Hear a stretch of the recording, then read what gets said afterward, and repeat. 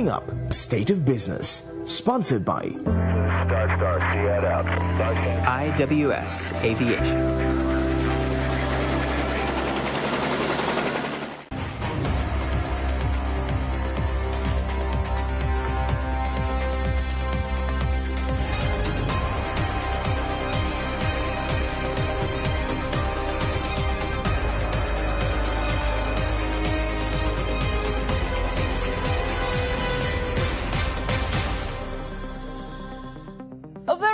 And a warm welcome to State of Business on Arch Television.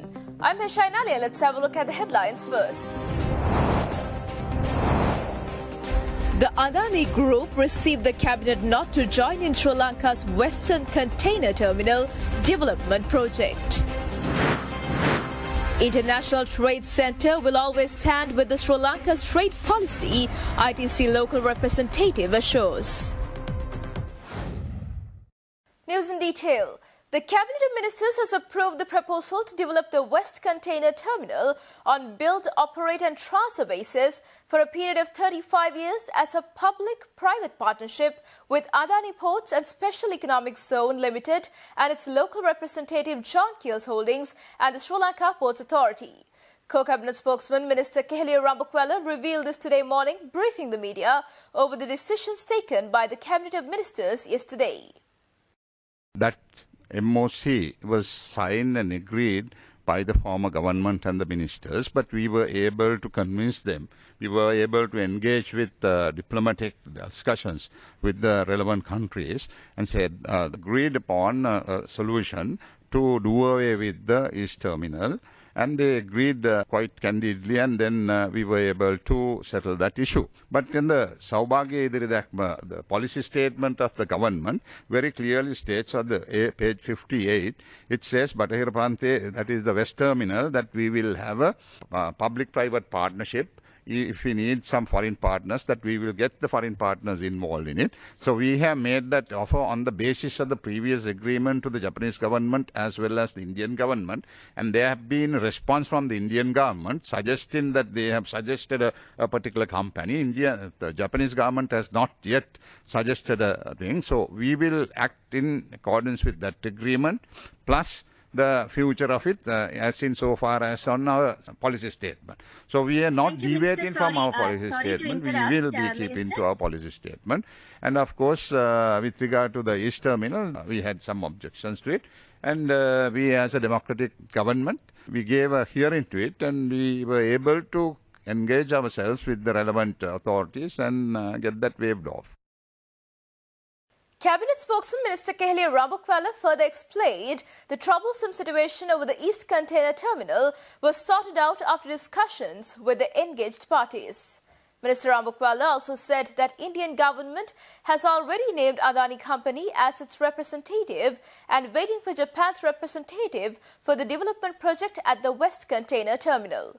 Minister also added that at the same time, government has already appointed a negotiating committee and they will make recommendations on the administration work, shares or dividends of the project.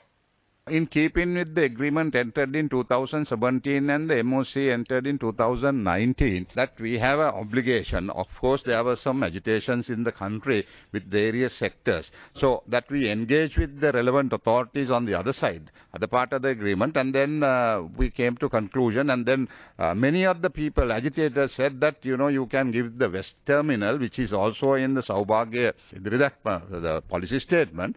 So we, in keeping with that agreement, we invited both parties that was involved in the agreement. That is the Japanese government and the Indian government. There was response from the Indian government. We haven't got any response from the Japanese government yet. But there is a negotiating committee that's been appointed to look into all those aspects of it. The majority of the unions and the majority of the clergy and said that instead of the East Terminal, West Terminal, which is a completely new thing, and there has to be a huge investment, and that investment, there are no returns has been envisaged as yet. So all the feasibilities have been done. But the East Terminal, the issue was that was a completed one and it was ready for business. And that was the idea. And there was a very small investment in so far as in comparison with the West Terminal. So the objections were more onto the East Terminal and not to the West Terminal.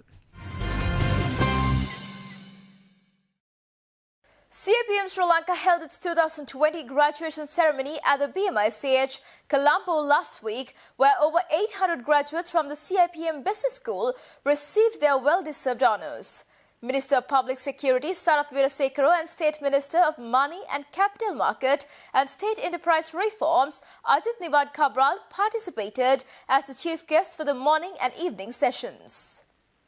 The Chartered Institute of Personnel Management, which is mostly known as CIPM Sri Lanka, concluded its 2020 graduation ceremony last week at the BMICH, where over 800 individuals were awarded to the country as graduates.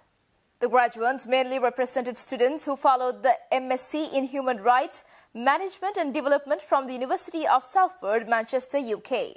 The youths who completed the CIPM National Diploma in Training and Human Resource Development and CIPM Professional Qualification in Human Resource Management also received their certificates at the graduation ceremony, which had been organized under strict health regulations. The graduation ceremony was held in 2 sessions, and Minister of Public Security Sarath Weerasekara participated as the chief guest for the morning session, and State Minister of Money and Capital Market and State Enterprise Reforms Ajit Niwad Cabral participated as the chief guest for the evening session.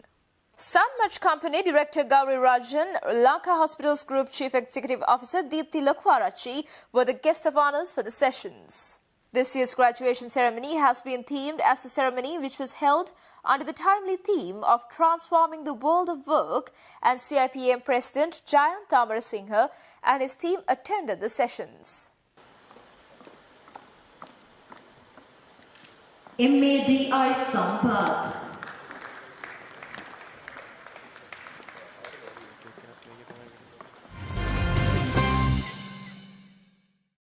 Stay tuned for more news right after this commercial break.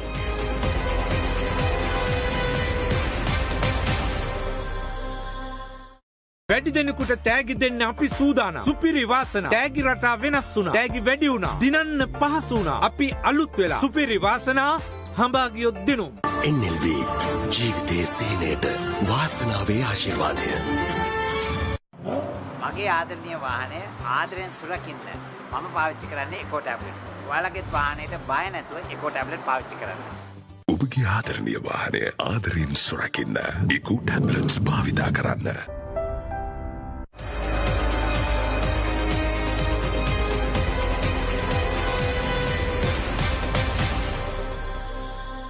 Welcome back after the break. The Department of Commerce announces that the EU-Sri Lanka Trade-Related Assistance Project brought numerous benefits on Sri Lanka as the country has placed export growth and private sector development in priority agenda. He made these observations addressing a special event to mark the successful completion of EU-Sri Lanka Trade-Related Assistance Project. The EU-Sri Lanka Trade-Related Assistance Project concluded recently its 4-year engagement of assisting Sri Lanka's small and medium-sized enterprises, increasing the trade competitiveness in the European Union and regional markets.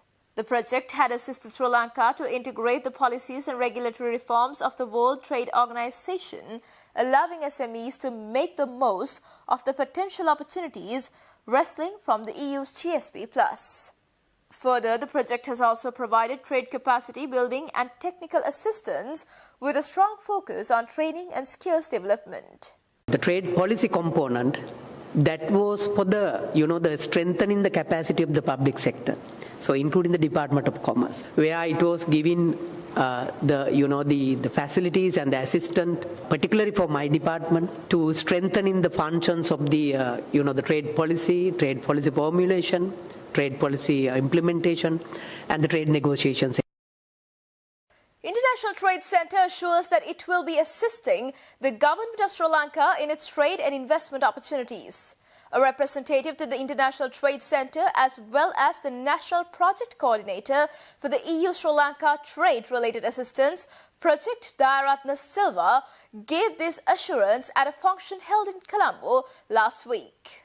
ITC aligning our work with the existing government policies, government agency priorities, which have again worked well in achieving the very good result. One important area when you're talking about trade and investment, the promotion is this human resource development, their capacity development, and the institutional capacity development.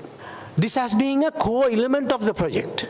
More than, our numbers say, 600 public-private representatives were given to gain their skill, knowledge on sometime more complex trade-related matters and provide a lot of guidance. And the trade negotiation tool and the investment trade remedy. The trade remedy is a very important legal instrument.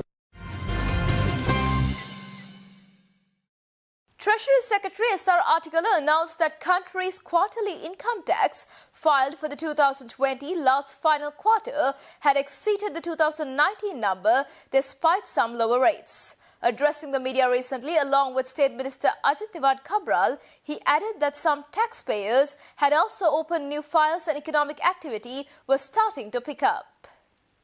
Treasury Secretary S.R. Artikala briefed the media that the corporate and personal income taxes collected in February 2020 relating to incomes earned in the fourth quarter of 2019 had been 61 billion rupees. He also added that the income taxes paid in February 2021 relating to the earnings of the December 2020 quarter had risen to 65 billion rupees.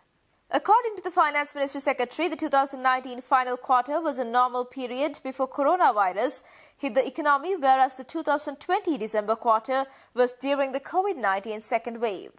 In 2019, corporate was 28%, which had been reduced to 24% in some cases, and in manufacturing to 18% from 28%. Secretary Artikala stressed that profits and turnover had both grown in 2020 last quarter, and at present rates are lower in between a second wave and positive signs are there aiming some growth in the economy. He also added that at least 3,000 new tax files had been opened as the rates were brought down. People are also encouraged to pay tax. Sri Lanka cut taxes in 2019, hoping for a fiscal stimulus following an output and consumption coming from a currency crisis in 2018 from a so-called flexible inflation targeting and a flexible exchange rate involving unusually discretionary monetary policy. The currency crisis had been triggered in the wake of an attempted monetary stimulus to target an output gap despite the central bank law requiring it to maintain price and economic stability. Stay tuned for stock updates.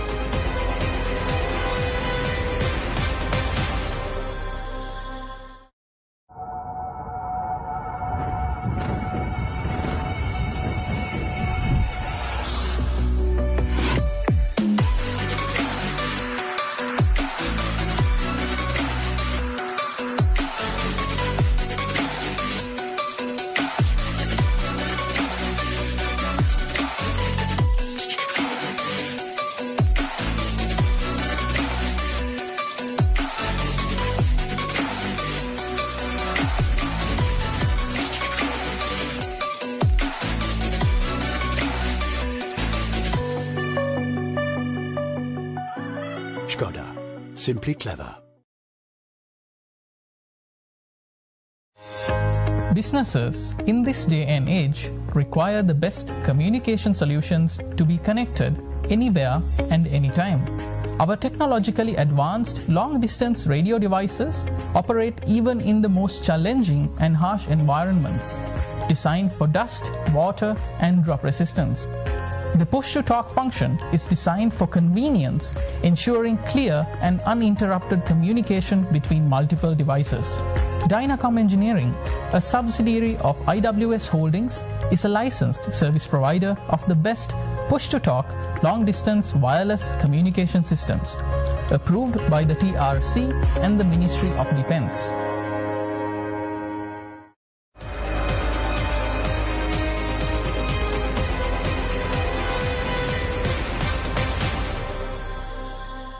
After the break, trading at Colombo Stock Exchange ended on a negative note today.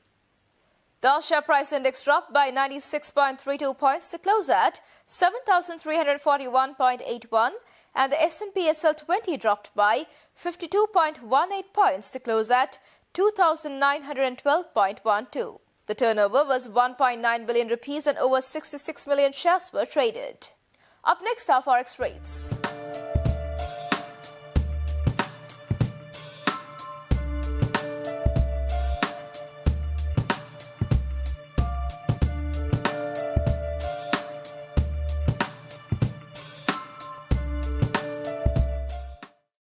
And that's all news for today. See you tomorrow with State of Business at the usual time. Until then, take care and good night.